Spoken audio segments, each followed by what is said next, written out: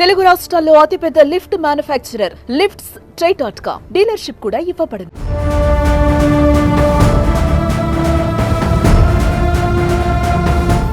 ఇంకొద్ది సేపట్లో ఎయిర్పోర్ట్లో దిగవలసిన విమానం ఓ మిలిటరీ హెలికాప్టర్ ఢీ కొట్టడంతో ఒక్కసారిగా పేలిపోయి నదిలో పడిపోయింది. అమెరికాలో జరిగిన ఈ దారుణ ఘటనలో విమానంలో 64, హెలికాప్టర్లో 3 ఉన్నట్లుగా తెలుస్తోంది.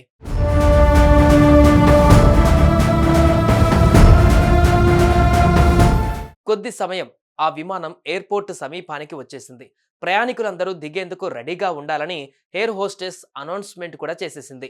విమానం ల్యాండ్ అయ్యే సమయంలో ఎలాంటి జాగ్రత్తలు తీసుకోవాలో ప్రయాణికులకు వివరిస్తోంది. ఇంతలో భయానకరమైన కుదుపు.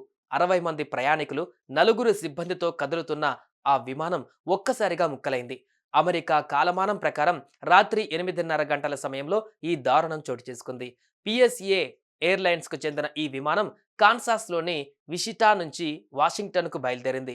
వాషింగ్టన్ సమీపంలోని రొనాల్డ్ రీగల్ నేషనల్ ఎయిర్పోర్ట్లో దిగేందుకు సిద్ధమవుతున్న సమయంలో అమెరికా రక్షణ శాఖకు చెందిన Sikorsky H-60 black Hawk helicopter విమానాన్ని ఢీకొట్టింది. విమానాన్ని ఢీకొన్న హెలికాప్టర్లో ఉన్నతాధికారులు ఎవరూ లేనట్లుగా రక్షణ శాఖకు చెందిన సెనేటర్ రోజర్ మార్షల్ సోషల్ మీడియాలో తెలిపారు.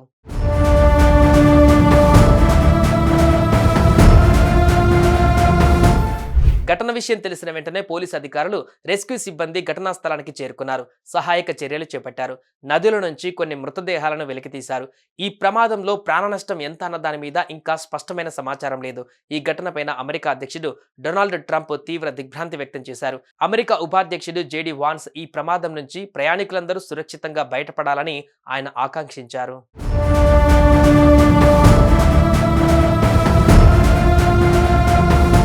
60 మంది ప్రయాణికులు మరియు 4 సిబ్బందితో కూడిన అమెరికన్ ఎయిర్లైన్స్ ప్యాసింజర్ విమానం విజితా, కాన్సాస్ నుండి బయలుదేరింది.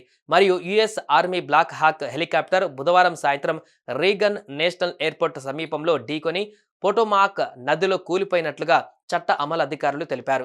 మరియు సంఘటన గురించి తెలిసిన వ్యక్తులు సంఘటనపైన చర్చించడానికి తమకు అధికారం లేనందున అజ్ఞాత పరిస్థితిపైన మాట్లాడిన అధికారులు మరియు పరిస్థితి గురించి తెలిసిన వ్యక్తుల ప్రకారం పోలీసులు నీటి నుండి బహుళ మృతదేహాలను బయటకు తీశారు.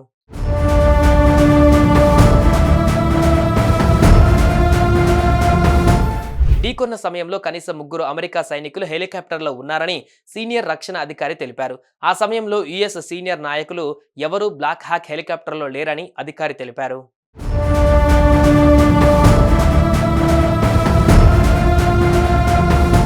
మిలిటరీ హెలికాప్టర్తో విమానం ఢీకొన్న తర్వాత స్పష్టంగా మరణించిన వ్యక్తుల యొక్క పోటోమాక్ నుండి పోలీసులు బహుళ మృతదేహాలను తీసివేశారు.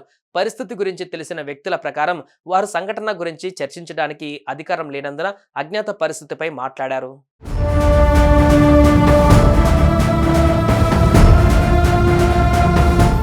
ఢీకొన్నప్పుడు విచిత నుండి డీసీకి వెళ్లే విమానంలో దాదాపు 60 మంది ప్రయాణికులు ఉన్నారని తెలిపారు. సుమన్ టీవీలో మీ పర్సనల్ అండ్ బిజినెస్ ప్రమోషన్స్ కోసం కింది నెంబర్కి కాంటాక్ట్ చేయండి.